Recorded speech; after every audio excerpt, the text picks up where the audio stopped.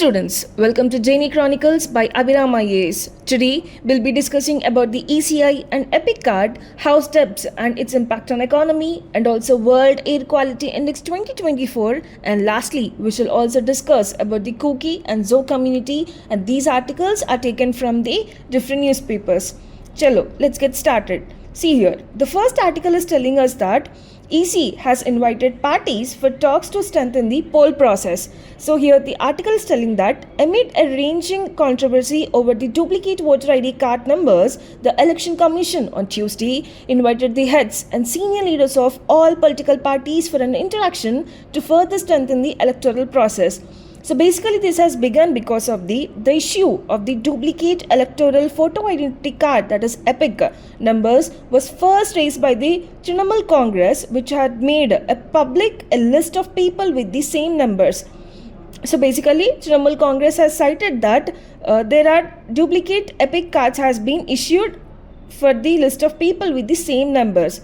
So in this context, it is important to know about the Election Commission and also let us see what are the EPIC cards. See, coming to the Election Commission of India, as we all know that it is responsible for conducting elections in India, and remember it is the constitutional body. Now, if we see further, it was established on the 25th January of 1950, that is just before the day of the Republic Day, right? And this 25th January is also celebrated as the National Voters' Day, and its headquarters are in New Delhi as usual. Okay, now next, moving on. See, this ECI administer elections to the Lok Sabha, Rajya Sabha, state legislative assemblies, and President and Vice President of India. But remember here that, see, it does not oversee the elections for panchayats and municipalities, that is the local bodies, and these fall under the State Election Commissioner, right? Now next, further if we see the appointment and tenure of the commissioners, the appointing authority is the President of India, and the tenure is fixed for the 6-year term or until the 65 years of age, or whichever is earlier. Now if we see the salary and service conditions, it is equivalent to the Supreme Court judge. Now further, remember this, it is in the part 15 of the Indian Constitution, where the articles are from 324 to 329, which provides the legal framework for the elections in India. And if we see the structure, originally the ECA had only one election commissioner, but the Election Commission Amendment Act 1989 made it to a multi-member body, where now if we see the current composition, it consists of one Chief Election Commissioner recently appointed. Now name the Chief Election Commissioner in the comment box. And this Chief Election Commissioner is the head of the ECI, and along with him 2 other election commissioners will be appointed. And further, in the state level, the Chief Electoral Officer assists the Election Commissioner of India. Now, if we see the main functions of the Election Commission of India, what does it does? So basically, it is responsible for giving the electoral rolls management. Like, it prepares, updates and maintains the electoral rolls, ensuring that registration of the all eligible voters are been there. And also, it sees the election scheduling and also the scrutiny of the elections, like it announces the election dates, schedules, and also scrutinizes the nomination papers. And further, political party recognition. See, this ECI is which it is granting the recognition to the political parties and also allocating the election symbols. Remember, it is also allocating the election symbols. And further, if we see, it has the right to disqualification of MPs and MLAs, that is, it advises the President on disqualification of MPs, and further it also advises the Governor on disqualification of the state legislature members. And lastly, here it is main functions, and this Election Commission of India has also some more other functions. And lastly, it also tells about the elections under the President's rule, that is, it advises the President on the feasibility of conducting the elections in a state which is under the President's rule. Now further, let's also know about the EPIC, that is the Electoral's Photo Identity Card Number. So simply it is your ID card for your election. Now, it was established in the year 1993 under the registration of the electoral rules of 1960. And further, see, remember here it is a 10-digit alphanumeric voter ID number which is issued by the Election Commission of India, right? Now, who manages it? So basically, it is generated via the Aeronet, that is the Election Registration Officers Network. So this Aeronet is a this Aeronet is a web-based platform that automates the voter registration, migration, and also the deletion across the multiple languages. Now, moving to the second article. So, the second article heading is raising the consumer's credit cost for a concern. Let's see some in the detail. See, basically it is telling that the release of Financial Stability Report 2024 by the Reserve Bank of India. Remember here, the Financial Stability Report is given by the Reserve Bank of India. So it is telling that it has been called attention to the question of household finances and also the consumption loans. And it is also telling that debt has been largely taken up to build the holding of assets, and also however the stock of household assets has been fallen from 110.4% of GDP in June 2021 to 108.3% by March 2024. So now in this context it is important to know about the household debt and its impact on the economy. See, this article I'll be dealing in the mains perspective, which you can use in your answer writing. So basically, what is household debt here? So, household debt refers to the total amount borrowed by individuals for purposes such as buying houses or vehicles, that is asset creation, investing in education, covering daily expenses, or using the credit cards and also the personal loans. So now ideally this borrowing should contribute to the wealth creation and also the economic stability. But however, when loans are used primarily for the consumption rather than investment, financial risk arise, right? Is this clear now? Okay, now next moving on. See, in India, the household debt to GDP ratio has been increased from 36.6% in 2021 to 42.9% in 2024. But whereas the household assets to GDP ratio has slightly decreased. And now this is suggesting us that a greater portion of borrowing is being used for the consumption but rather than the asset building. So see, if we see in broad, the poorer households are more dependent on the credit cards and also the personal loans, which have the high interest rates. But see, if they fail to repay the loans, banks classify them as the non-performing assets, thereby increasing the financial instability. And also, defaults in the credit card loans can also affect the home or vehicle loans, leading to the broader economic impact, right? So now, to control these risks, the RBI has restricted easy credit growth since the year 2023, ensuring that loans go to the financially stable borrowers.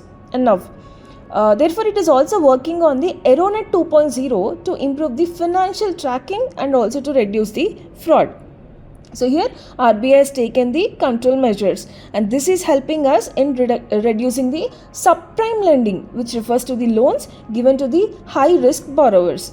Now further, see, these measures have both positives and negatives. Some of the positive outcomes are such as the better loan quality and controlled credit growth, which challenges remain, and also the indebted poorer households have less disposable income, then these leading to the lower economic multiplier effect, and this is also slowing the overall growth, right?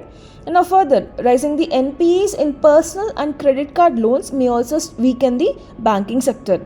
But additionally, income tax cuts may not boost demand as expected because households may use extra income to repay the debt instead of spending. So, to ensure this sustainable credit growth, the RBI and government must promote the asset-based loans, that is for housing, education and businesses, rather than the consumption loans. Now, if we see further, this regulation of unsecured lending, that is the credit cards or personal loans, is crucial to prevent the excessive debt. Now additionally, the job security and income stability should be improved to reduce the dependency on borrowing. But see, whereas individuals must also manage their finances wisely by avoiding the unnecessary debt and investing in the productive assets, right? So now what I tell you in the conclusion is that healthy borrowing supports the economic growth, but excessive consumer debt this excessive consumer debt can also weaken the financial stability. So RBI has to take the efforts for helping, but these policy measures must continue to ensure that the financial inclusion does not lead to the financial fragility. right?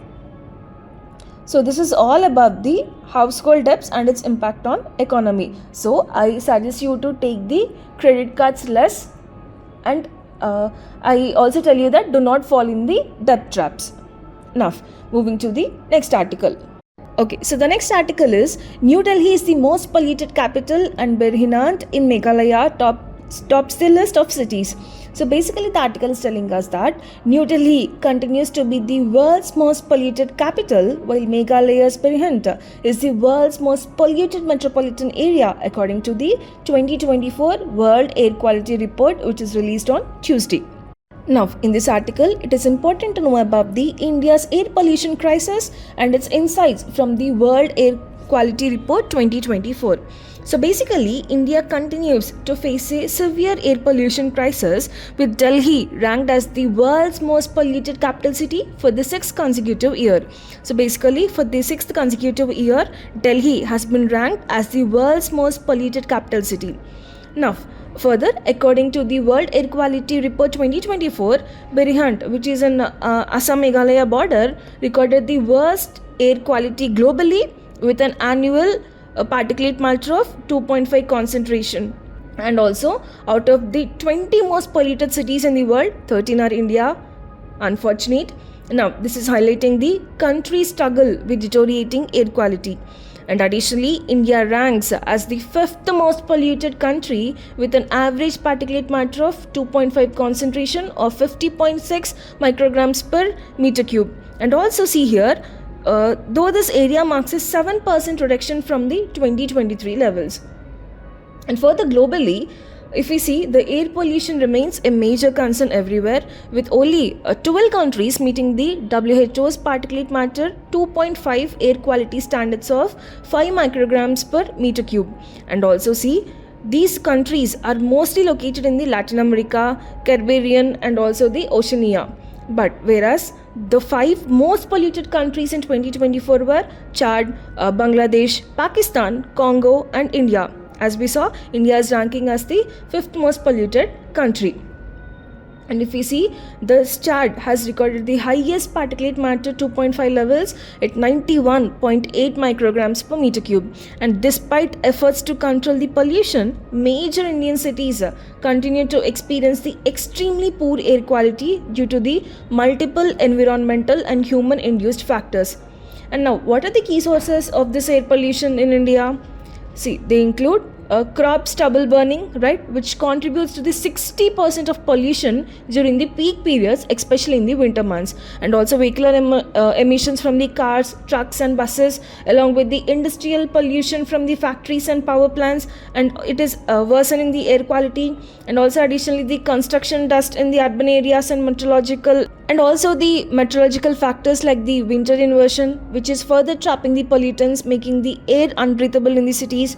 And also see, now this worst pollution episodes in 2024 were recorded in January in Delhi and Himachal Pradesh, and also across the Delhi regions, Punjab, Haryana, Chandigarh and also the Himachal Pradesh, primarily due to the stubble burning and also some different weather conditions. So this stubble burning is contributing to the 60% of the pollution. Now further, see, Indian government has launched many policies and action plans, like for example, National Clean Air Program 2019, which is aiming to reduce the PM particulate, that is particulate matter 2.5 and particulate matter 10 levels by 20 to 30% by 2024. We have already crossed 2024, but we didn't even reduce it. And also the Graded Response Action Plan 2017, which is implemented in Delhi NCR to manage the severe pollution episodes, which is enforcing emergency measures like the odd even vehicle rule, right? You know about the odd even vehicle rule. That is allowing one day odd numbers of vehicles and other day even number of vehicles alternatively. And also this construction bans and diesel generator restrictions.